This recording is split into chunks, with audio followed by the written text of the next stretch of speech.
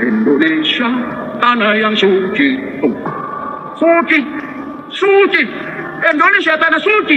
Nggak usah mau mati di tanah suci yang jauh. Di Indonesia. Hidup dan matimu di Indonesia, tanah suci. Yang sekolah-sekolah berangkat mudah-mudahan mati di tanah suci. Di mana itu? Di Mekah atau di Madinah. Dan ini tidak keluar dari ajaran agama. Nah keluar. Kullu ardin masjidun. Semua tanah masjid itu suci, boleh untuk sholat. Siapa juga mas yang mengatakan bahwa Indonesia itu najis?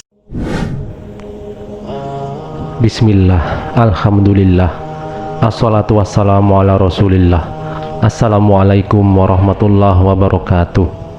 Teman-teman sekalian, jika sudah terkait kecintaan terhadap Rasulullah Sallallahu Alaihi Wasallam, maka muslim mana yang tidak emosional untuk ingin berjumpa hingga meneteskan air mata dalam kerinduan akan perjumpaan dengan Rasulullah Sallallahu Alaihi Wasallam, walaupun hanya bisa datang untuk melihat kuburnya saja. Kali ini Pak Andul kembali terlihat emosional saat mengomentari terkait statement dari Syekh Al-Zaitun, yaitu Panji Gumilang, di mana pada sebuah cuplikan video dari Syekh Al-Zaitun di dalam statementnya mengatakan tidak usah mau untuk mati di tanah suci, yaitu Mekah dan Madinah, apalagi sampai mengeluarkan uang membayar hingga puluhan juta. Karena Indonesia sendiri adalah merupakan tanah suci berdasar dari lagu Indonesia Raya stanza 3 dan potongan hadis dari Musnad Imam Ahmad, yaitu kullu ardi masjidun, yang artinya seluruh bumi adalah masjid. Jadi seluruh bumi adalah suci termasuk Indonesia. Entahlah kemana arah tujuan dari pernyataan Panji Gumilang tersebut. Padahal Mekah dan Madinah adalah dua tempat suci yang secara spesifik disebutkan dalam hadis Nabi adalah merupakan tempat yang memiliki keutamaan bila kita meninggal di sana, yaitu diantaranya dalam hadis riwayat Imam Tobrani bahwasanya Rasulullah Shallallahu Alaihi Wasallam bersabda, barang siapa meninggal di salah satu tanah haram, yaitu Mekah atau Madinah, maka dia wajib mendapat syafaatku dan kelak dia akan termasuk orang-orang yang selamat. Juga dalam hadis riwayat Imam Ahmad dan Tirmizi, yaitu Rasulullah Shallallahu Alaihi Wasallam bersabda, barang siapa yang ingin mati di Madinah, maka matilah di sana. Sesungguhnya aku akan memberi syafaat bagi orang yang mati di sana. Hadis tersebut jelas sekali menunjukkan bahwasanya dua kota suci yaitu Mekah dan Madinah memiliki keutamaan. Sampai-sampai apabila ada umat Nabi Muhammad SAW yang meninggal di sana, maka berlaku syafaat Rasulullah SAW padanya. Nah, jadi teman-teman, di mana salahnya apabila seorang muslim memiliki keinginan untuk meninggal di Mekah atau Madinah? Berapapun uang yang akan dikeluarkan tak akan sebanding dengan apa yang akan didapat, yaitu syafaat Rasulullah Sallallahu Alaihi Wasallam.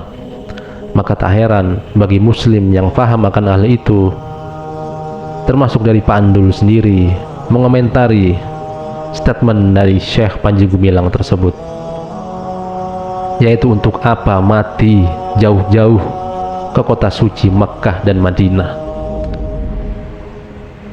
Nah teman-teman sekalian, mari kita simak cuplikan komentar dari Pak Andul. Indonesia, tanah yang suci. Suci, suci. Indonesia tanah suci. Nggak usah mau mati di tanah suci yang jauh. Di Indonesia. Hidup dan matimu di Indonesia, tanah suci. Otak orang Indonesia hari ini banyak yang salah memahami tanah suci karena tidak membaca batu kebangsaannya. Bayar sekarang 35 juta. Yang sepo-sepo berangkat mudah-mudahan mati di tanah suci. Di mana itu? Di Mekah atau di Madinah? Tahu anak-anakku, orang yang mati di Mekah dilonjorkan saja belum, tidak ada tanda. Mau yang begitu kok bayar 35 juta. Indonesia tanah yang suci, suci. Dan ini tidak keluar dari ajaran agama. Nah keluar. Kullu ardin masjidun. Semua tanah masjid itu suci, boleh untuk sholat. Walaupun tidak ditulis kullu ardin masjidun, berani Indonesia tanah yang suci. Ini gimana, Pak? Siapa juga mas yang mengatakan bahwa Indonesia itu najis? Wong hakikatnya bumi ini suci. Bedakan tanah suci dengan tanah yang suci. Tanah yang suci itu bisa ada di mana saja di bumi ini. Tapi tanah suci bagi umat Islam itu adalah Masjidil Haram dan itu adalah Mekah. Tanah kelahiran Muhammad juga Madinah, di mana jasad mulia Rasulullah kembali dipeluk bumi. Tidak ada yang salah mas dengan lagu Indonesia Raya stansa 3. Pertanyaannya, apakah lagu kebangsaan Indonesia Raya bisa menggugurkan rukun Islam kelima? Tentu tidak. Bedakan konteks syariat ibadah dengan konteks kebangsaan, cinta tanah air, nasionalisme. Lirik lagunya benar, tapi implementasi maknanya salah. Jadikan lagu Indonesia Raya 3 stansa ini sebagai penyemangat nasionalisme, cinta tanah air, cinta bangsa. Tapi jangan jadikan akidah, jangan jadikan sebagai dalil syariat. Tujuan haji itu bukan ingin mati di Mekah mas, tapi mati karena Allah. Ketika haji karena Allah itu anugerah. Jutaan umat mas bahkan harus ngantri puluhan tahun demi bisa bersujud, sholat, tawaf di tempat suci ini, demi bisa mengunjungi nabinya. Meski sadar tidak pernah bisa melihat wajah nabi lagi, setidaknya bisa melihat kubur nabi. Meski hanya bisa dari luar makom, bisa salam kepada nabi, setidaknya bisa menapaki tanah yang dulu pernah dipijak oleh nabi, dengan doa harapan semoga kelak nama kita, diri kita yang hina ini dipanggil oleh nabi sebagai umat Muhammad, diberi kesempatan bisa bertemu, bisa melihat wajah nabi, meski hanya sebentar, meski hanya sebentar.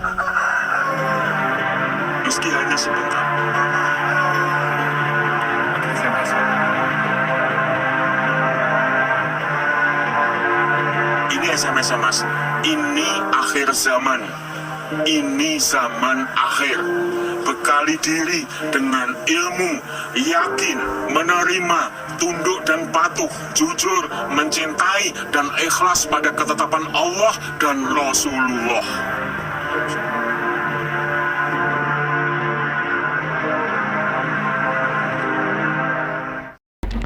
Iya, begitu jelas dan mengena di hati komentar dan pesan dari Pak Endul barusan.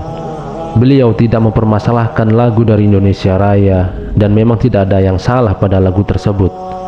Namun beliau mempermasalahkan dan mempertanyakan apakah lagu tersebut akan menggugurkan rukun Islam yang kelima, yaitu ibadah haji ke tanah suci Mekkah. Apakah lagu Indonesia Raya akan menjadi dalil syariat untuk melaksanakan haji di Indonesia?